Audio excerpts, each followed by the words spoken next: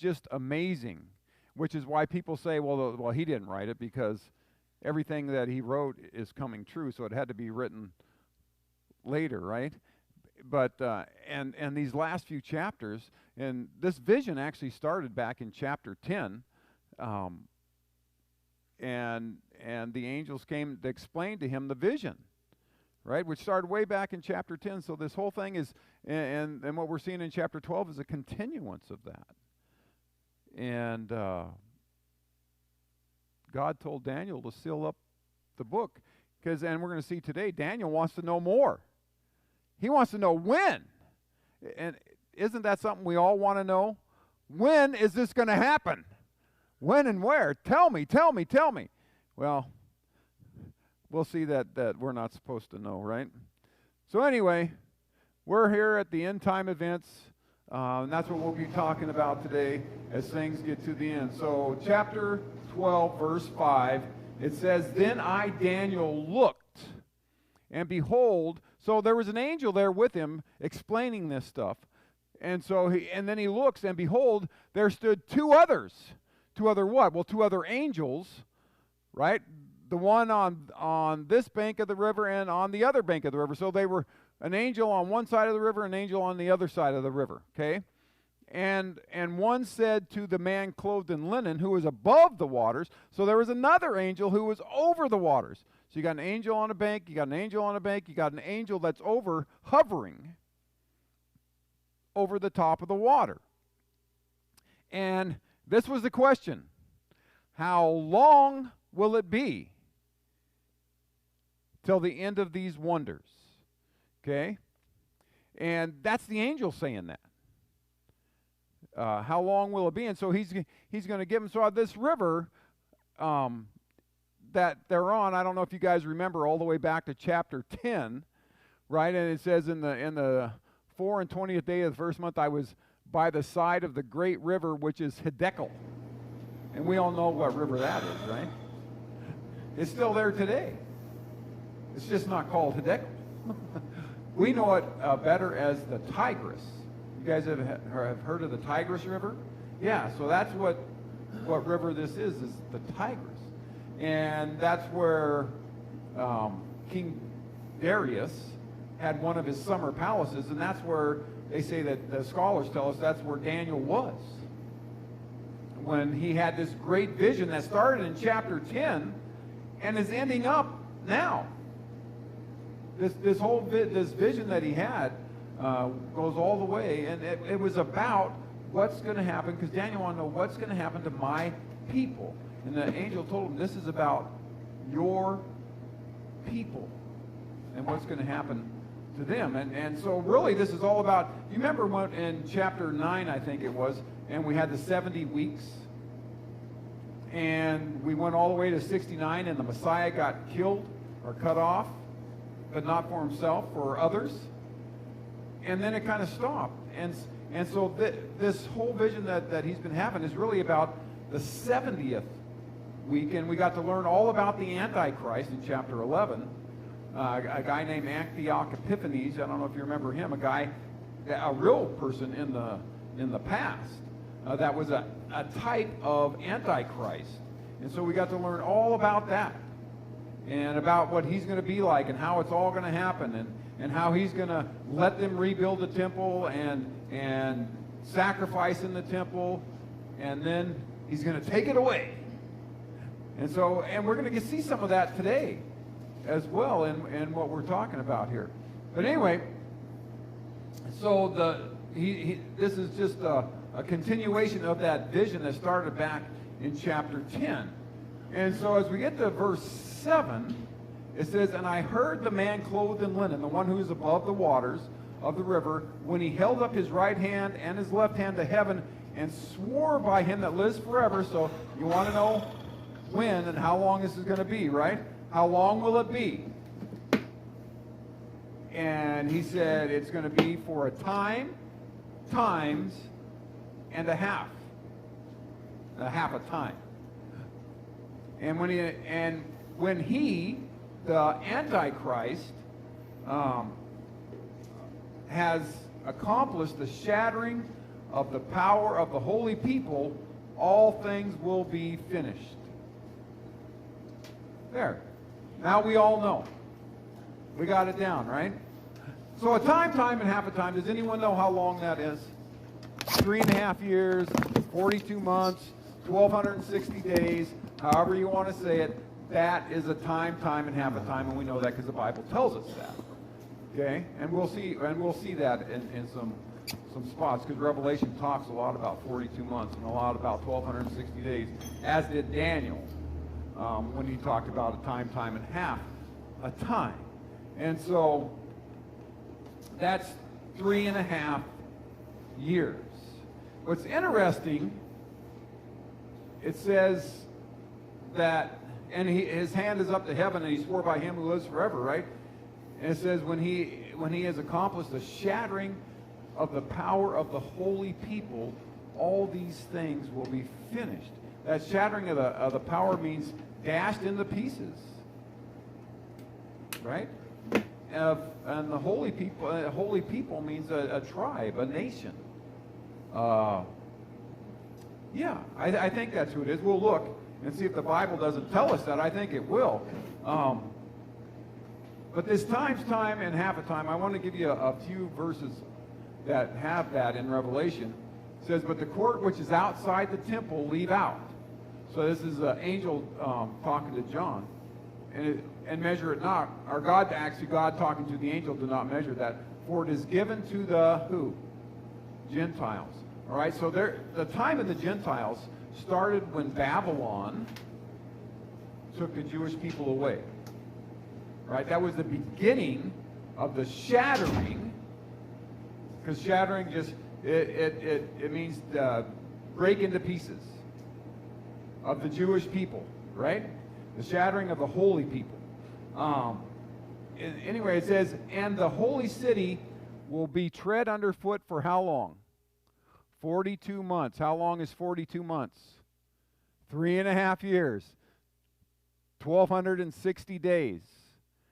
Okay, and I will give power to my 2 witnesses, and they will prophesy for how long? 1,260 days. We call that 1,260 days, clothed in sackcloth. At the beginning of the tribulation, there's going to be 2 witnesses. Okay, and they're going to prophesy for 3.5 years. But then, guess who kills them? Yeah, the Antichrist kills them, and then puts them on display.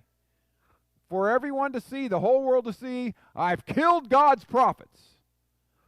Here they are, because these guys were causing some pretty major damage with what they were prophesying and doing. So anyway, and then what happened 3 days later? They came back to life and floated on up to heaven. And the people went, uh-oh. Yeah.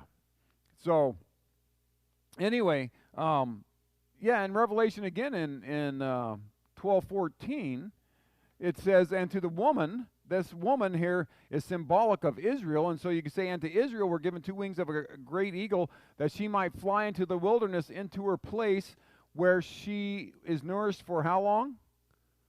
A time, and times, and half a time. That's the same exact wording in Daniel, right? So after the Antichrist, 3.5, so the tribulation, remember, the 70th week of Daniel is 7 years long. 3.5 years is half of it. The second 3.5 years, the Jewish people are going to be taken into the wilderness. Some people say they know where that is, by the way. They say it's Petra, right? Well, if everyone knows it's Petra, then they're going to find them pretty easy. I've been there. It's not hard to find. They're going to be divinely protected in the wilderness, wherever that wilderness is, and it could be Petra, because they talk about that a little bit. And from the face of the serpent, and who's the serpent? Satan. So getting away, so he can't, because is Satan omnipotent? No, he's not all-powerful. Is he omniscient, all-knowing? No, he's not. Is he omnipresent? No, he's not. He doesn't have any of those attributes. He's not even close to God. He thinks he is, but he's not. He doesn't have any of those. Okay? Huh? Yes. Yeah, yeah. Well, that's what he does. He deceives, right?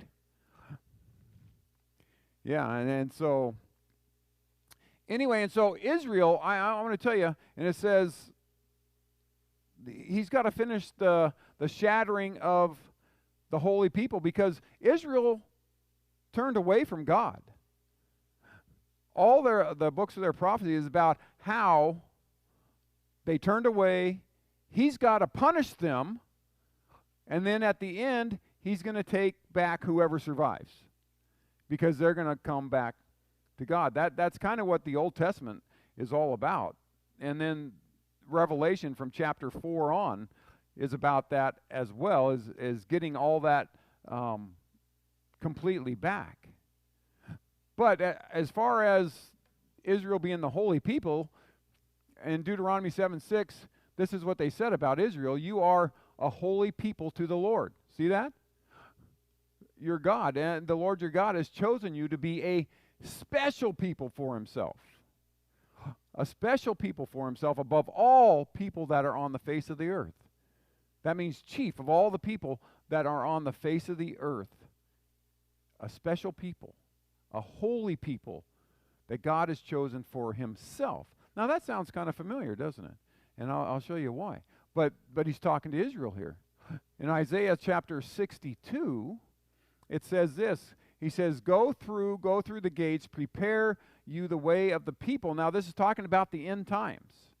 Prepare you the way of the people. Build up the highway, gather out the stones, lift up a banner for the people. Behold, the Lord has proclaimed to the ends of the earth, saying to the daughter of Zion. Who's the daughter of Zion? Israel. Saying to Israel, behold, your salvation comes. This is waiting for the second coming. It's talking about that. Your salvation comes. Behold, his reward is with him, and his work is before him, and they will call them the who?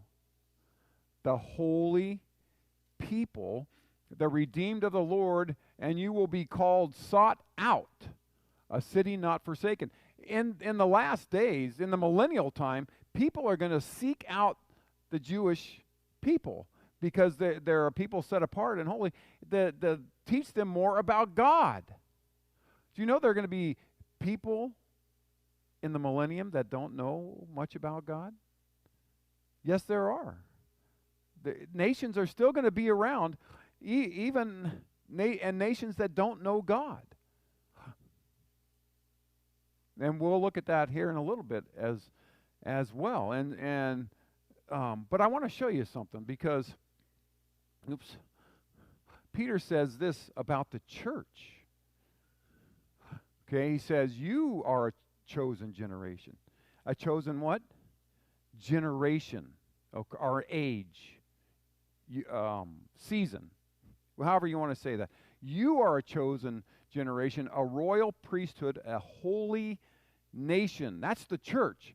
A people for his own, that you should show forth the praise of him who has called you out of darkness into this marvelous light.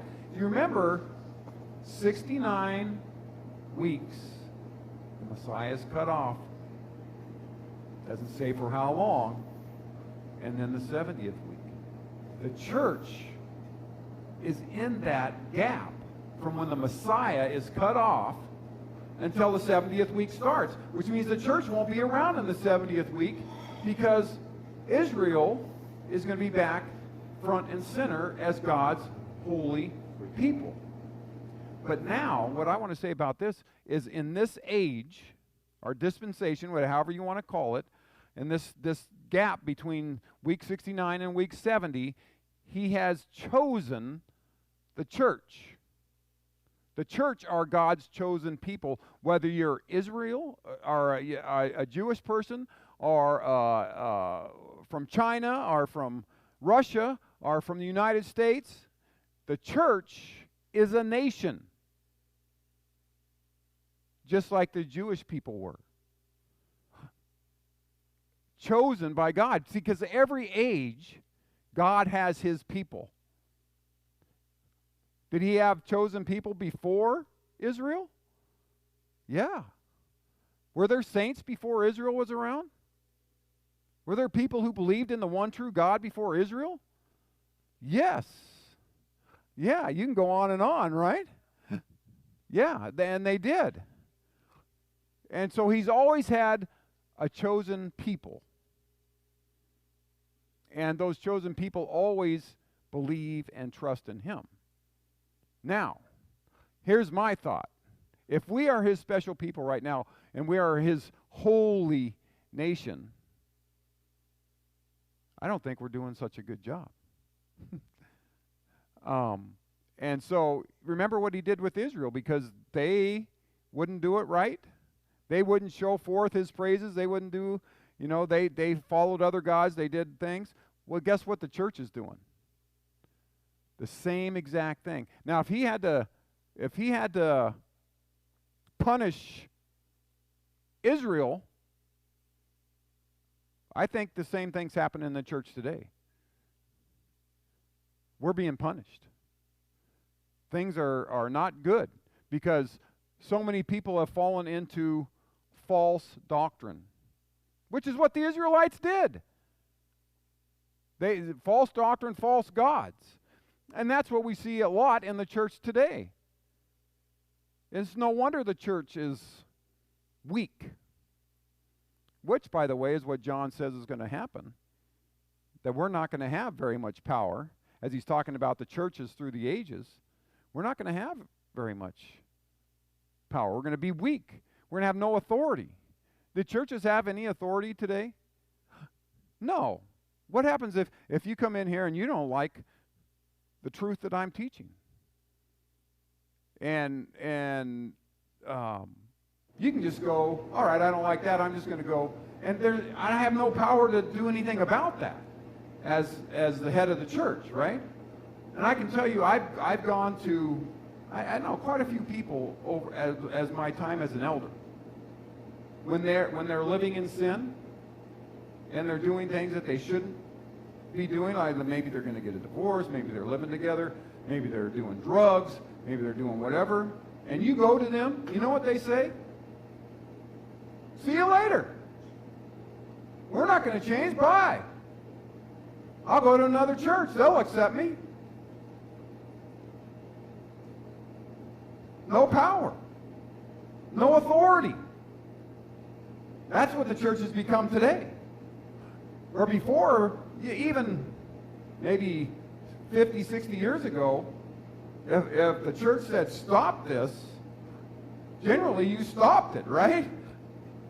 But it's just crazy what we've become today. It's crazy. So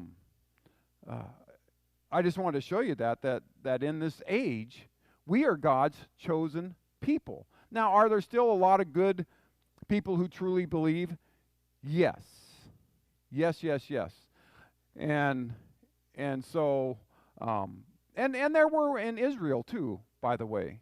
There were a lot of Jewish people that didn't follow the false, but all their leaders had become corrupt.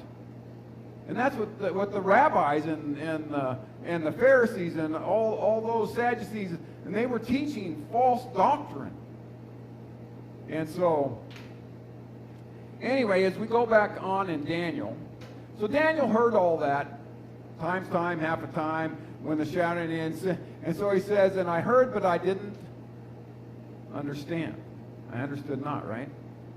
I heard what you're saying, but I don't understand. I want more details, right? Then he said, oh my Lord, what will be the end of these things? I want to know exactly what is going to happen. And he said, go your way, Daniel, for the words are what? Closed. You're not supposed to know. All right? And closed up and sealed until when? The time of the end, which really hasn't even happened yet. I mean, it is still coming up. So that tells me that just before the end, us the people. Yeah, I think so. I think so. Yeah. Yeah. Yeah, but they're sealed up until the time of the end. And you know, everybody wants to know, right? You want to know, I want to know. The disciples wanted to know. When therefore they were come together, they asked him, saying, Lord, will you at this time restore again the kingdom to Israel? They wanted to know, is this it? And you know what he said to them? It's not for you to know the time. And that word in the Greek is chronos. It's not for you to know the chronos, at the time when it's going to happen. And then he says, nor the season. And that means, you know, the how do you... Part of the year. Yeah, you know, yeah. It kind of that way. It means, the word in the Greek, it means that the set time. The exact time that I'm going to do, the set time that I have to do this. It's not for you to know that, because there's only one that knows, right? Who knows? The Father. Jesus said he didn't even know, right? He said, heaven and earth will pass away, but my words will not pass away. But of that day, and this is talking about the end time, that day or hour, no man knows. No one. But we sure have a lot of people that tell us they know. How many people have predicted when the rapture was going to be, when the tribulation was going to be? Yeah, there's so many people that have predicted that. And my thought is, well, why would I even predict that? Why would I even predict that? Because no man knows. So if some man knows, I'm going to be a little wary of him, because I think I'm going to trust God's word that says no man knows.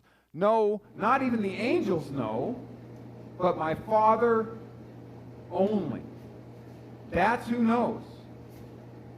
The Father. And so, but you know, we're curious little guys, and we want to know. We want to know when all this is going to happen.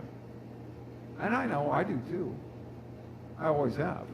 I study it, and I study it, and I study it, and I still can't find where it says this is when it's going to happen. And you know, and the reason is because, especially in the church, and I'm talking about the rapture now, we are supposed to hope for that. We're supposed to live our lives like it could happen any time, because there's nothing that has to happen. There's no prophecy that has to come in, that has to happen before the rapture happens. It's going to happen, and then all the other things will fall into place. And Paul even thought it might happen in his day. He was living with that expectation way back then. And he told us that that's how we're to live our lives. Expect that the rapture could happen today. Would you be living your lives different? If you knew that the rapture was going today, and you had to go and stand before Jesus Christ today? Yeah. I think it would be significantly different. And so Jesus says, no man knows. All right. Continue back, Daniel. Verse 10, it says, many will be purified. And when he's talking now, he's talking before the end happens. From now till the end, many will be purified and made white. So what's he talking about? And refined. Who's going to be purified and made white and refined? The church. I think this is about the church age. He's saying this is what's going to happen before all that happens. Many will be purified. Yeah, and made white and refined. What's that? Well, maybe. But I think it's definitely a reference to from now until the end. Many are going to be purified and made white and refined, and we'll see that's what we are. Haven't we been purified? We should say, yeah, we have. Yeah, because that's what God's doing. He's purifying people. White and refined. And then this statement is really weird. But the wicked will do wickedly, and none of the wicked will understand. Does that sound like today? Are the wicked people still doing wicked things? Now, wicked means morally wrong. Are the morally wrong people still doing morally wrong? It gets worse and worse with time as it goes on, yeah. So the morally wrong people are still being morally wrong. And that's what he said is going to happen. The wicked will still do wickedly. No matter how many purified people they see and talk to, the wicked people will still do wickedly, and they don't understand. They don't get it. But, I love buts, the wise will understand. See? The wise will understand. That word wise in the Hebrew there, it means the intelligent, the circumspect, the ones who are really looking into the truth. They're going to figure it out. Okay? The ones that are searching for God. Remember, God said, seek and you will find. Yeah. And those who seek do find. And it's quite amazing. But the wicked still do wickedly, and the unjust are still unjust. But a few verses that talk about the church. This is talking about sin. Such were some of you. He was talking about, he listed a whole bunch of morally wrong things, right? And said, they're not going to heaven. Don't let anyone lie to you. Fornicators aren't going to heaven. Adulterers aren't going to heaven. On and on and on. And such were some of you. See, before we were believers, we would still be in those categories that aren't going to heaven, right? Drunkards and on and on. Such were some of you. That means that's what you were. You're not doing that anymore, right? But you are sanctified, are washed, sanctified, and justified. Washed means you're cleansed, you're purified. Okay? Sanctified means you're set apart. Justified is God made you as if you never sinned. All that goes away. Whatever you did in your past before you became a believer, gone. Never to be seen again, ever. As far as the east is from the west. How far is that? If you start traveling east, do you ever go west? No. If you start traveling north, do you ever go south? Yes. You get to the North Pole and then you start going south, right? So think about that. You go north, but if you go east, when do you ever go west? You don't. Isn't that weird? You don't ever think of that. And that's what he's saying. As far as the east is from the west, that's how far I have. They're gone. It just doesn't happen. And so I think that's a great thing.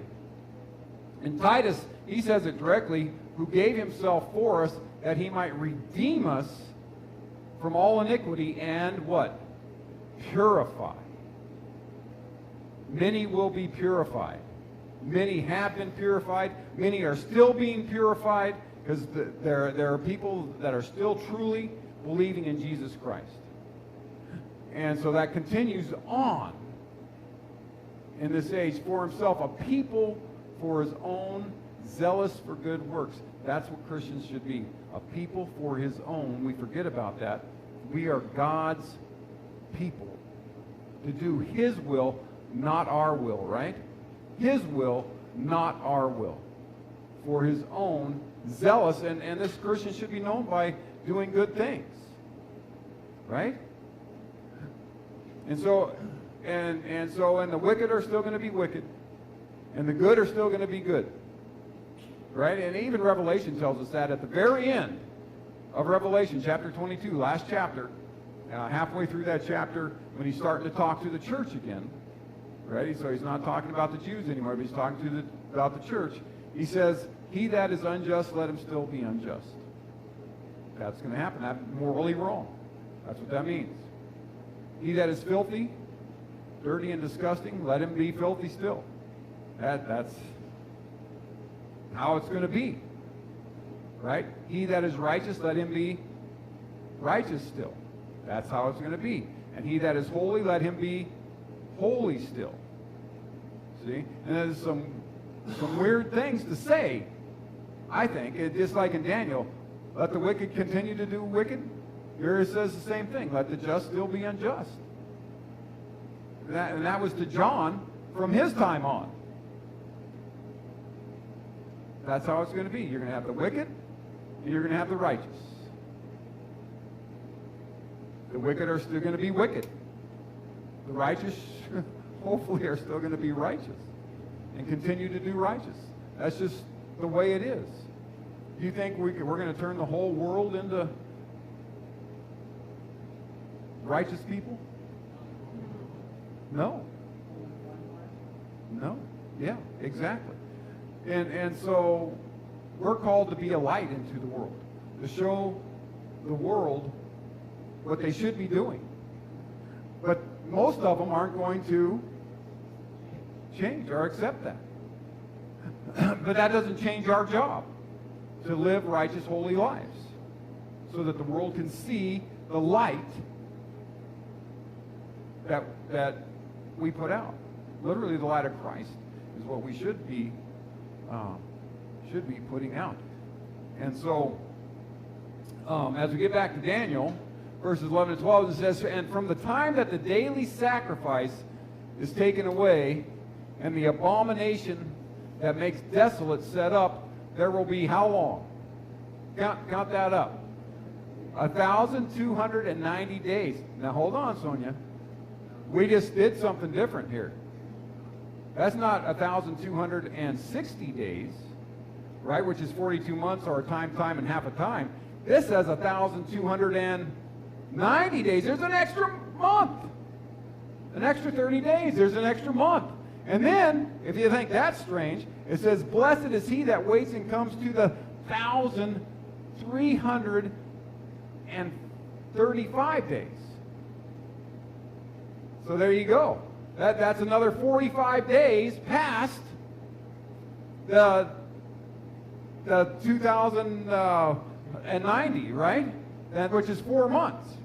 Or 43 months.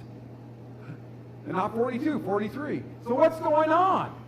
So from the time that the daily sacrifice is taken away, when is that going to be taken away? So remember, the Jews are going to rebuild the temple. And the daily sacrifices are going to be allowed again. So this is talking about the last temple in the last days. And then they're going to take away the sacrifice. From that time, he says, "Blessed will be the guy that there will be or he's saying how long it will be. There will be 1,290 days. So an extra month past what everything's saying when it all gets done. It all gets done in the 1260. So what's going on for a month after that? What would be happening? So let's say the war is all over. You got nations in distress everywhere, and you got the temple that has been desecrated and kind of ruined. They've got to restore that, and that's going to take some time. So they got to restore their temple and their sacrifices again. That's going to take about a month, apparently, to do that. And then it says, "And happy, blessed is he that waits and comes to the 1,330." So another 45 days after that. What's going on? Why is there another 45 days that says, "Blessed is he that waits and comes to that day"? So most scholars think, and I agree with them, that 45 days is when Christ is judging the nations. The nations will be judged. Remember, there's going to be a whole bunch of them that come against, but there's still nations around, right? So when China comes against us, I'm just using them as an example, not all the Chinese are there. Their nation is still there, right? It's just their army. Well, that's who's going to be on the battlefield, is their army, not the whole nation. Got it? And so Jesus, and the Bible talks about that judgment of the nations. In Matthew 25, 40 through 41. Actually, Matthew 25, it starts way above that. Do you remember where it said that he was separating them from the sheep and the goat? And so the king will answer, and they will say to them, "Verily, verily, I say to you, since you have done it to one of the least of these, my brethren, you have done it to me." Then he will say also to them on the left hand, "Depart from me, you cursed, into the everlasting fire prepared for the devil and his angels." That whole story when he talks about that, if you give them a drink, if you're helping out my people, which would be the Jewish people, then you did it to me as a nation. So we're talking about nations, the judgment of the nations here. And it could be individual as well. But really it's talking, and almost all scholars, I mean all of them, say that this is talking about the judgment of the nations, the goats and the sheep. If you helped out Israel, you're going to make it to that 1,335 days. If you didn't, what's going to happen to you as a nation? Yeah. They're going to be wiped out. And so going into the millennium are going to be all those who have helped the Jewish nation. That's why the United States and the church gets so fired up when the government fights against the Jewish nation instead of trying to help them out. Right? That they know this. It's been around forever. And guys, we should get fired up when our nation decides to go again. I mean, if you care about your nation at all. I mean, we'll be raptured out, so I guess it won't matter.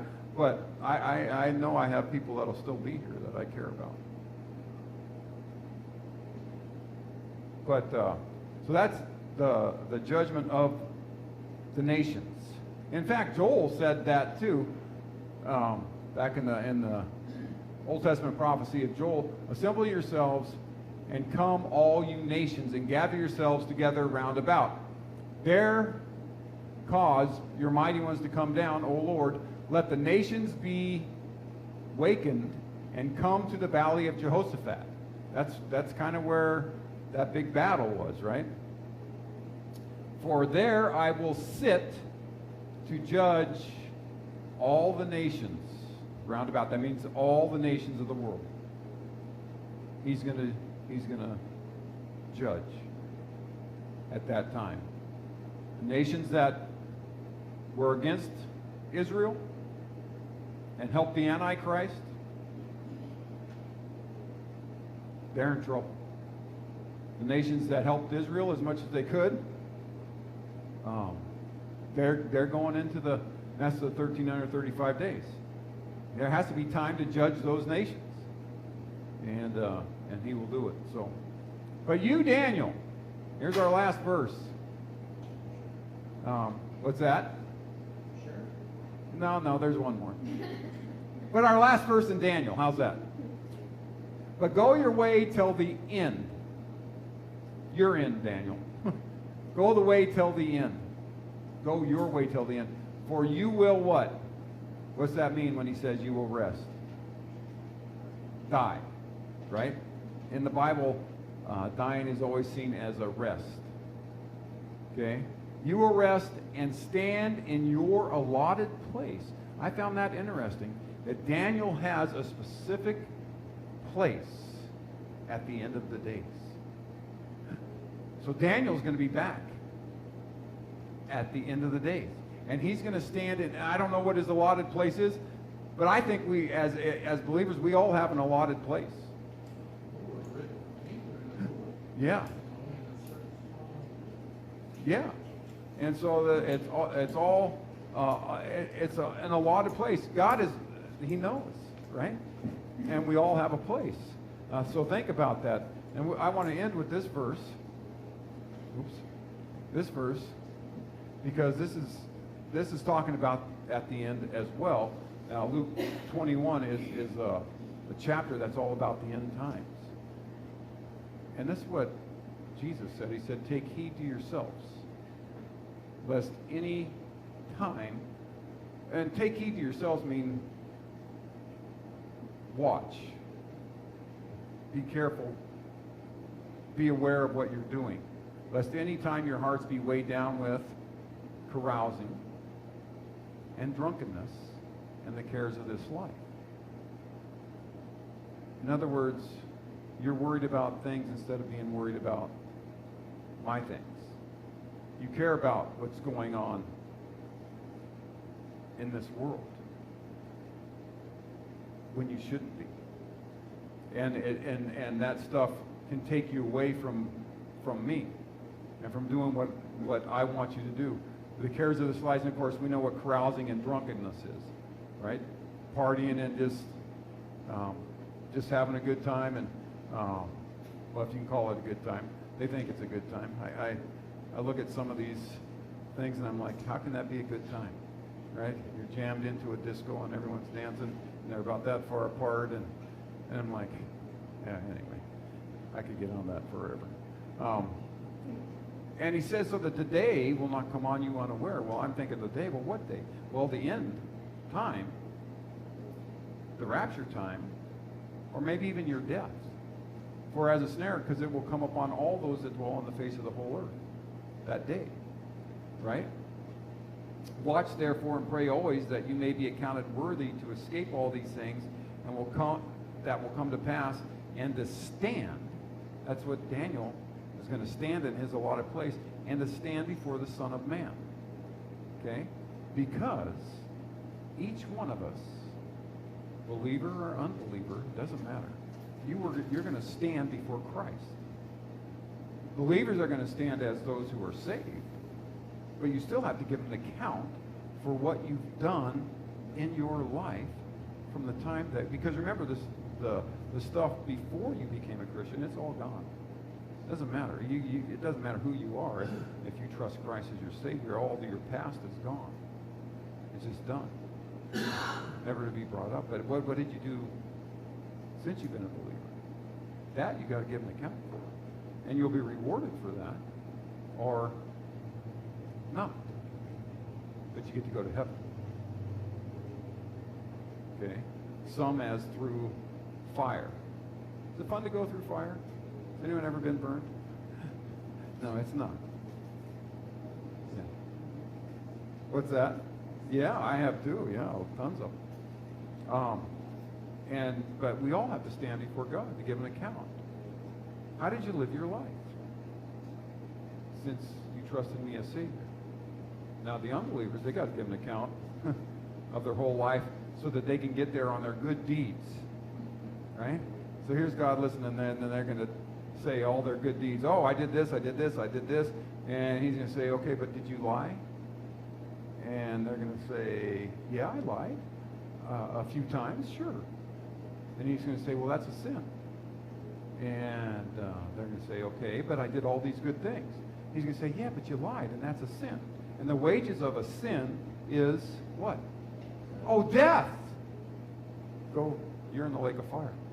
I mean, all have sinned. All are going to get that. And they can say as many, oh, I'm going on my good works.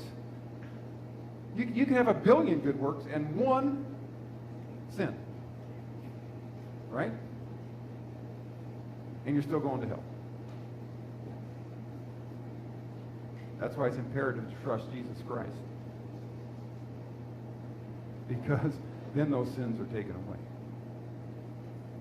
Okay? And we got to make sure that we do that. Okay, so we're done with the book of Daniel. Where we go from there, I have no idea. I haven't even decided yet, so we'll see. We'll see. The logical place is to go to Revelation. But I've taught that I don't know how many times. And not that I don't like teaching it. It's an awesome book to teach, but but Daniel and Revelation are so interrelated that a lot of people do Daniel and then they go to Revelation. But I don't know that I'm going to do that. I don't know that I'm not going to do it. I might, but we'll see. What's that? It'll be a surprise. Yeah, can't beat that, huh? All right, let's pray. Father, we just thank you for this day. We thank you for your word. We thank you that you are the one true God, and we praise you for that, and we glorify you for that. Help us to be obedient to your truth, to follow what is right always, as you tell us in your word, and we just praise you for all that you've done for us, and we give you all thanks. We pray for Dennis as he brings our message to us this morning, that you would speak through him to us, and that you would be glorified here at Pine Grove Community Church.